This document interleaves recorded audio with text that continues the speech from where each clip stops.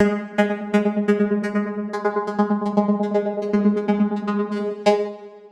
how best to position an asset right now going into 2021?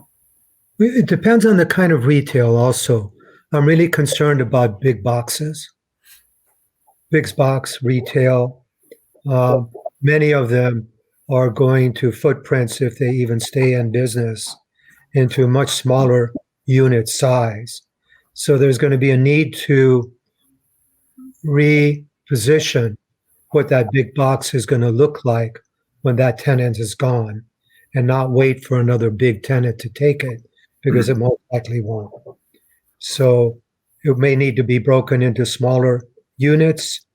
May need to be, one center that I'm familiar with took the back half of a big box and converted it to a storage facility where you could rent storage units in the back, have less deep and much more shallow spaces that they could put small retail users into that could fit that model.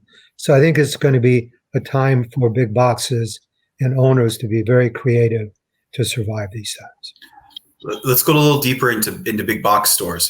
Some of our watchers and listeners may not know what we're talking about when we say a big box store. Give an example of some of the retailers that traditionally anchor a center or have in the past. I think the most obvious one is like a Toys R Us. With Toys R Us going out of business in the last year or so, all of those huge Toys R Us locations, Sears locations, JCPenney, we're talking, 20,000 square feet each? More. Some Sears could be 3 or 4 times that. I think electronic shops, Best Buy is a good example.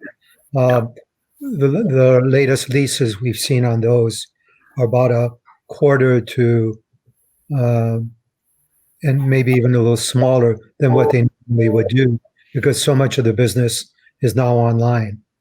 And so they don't need a big footprint.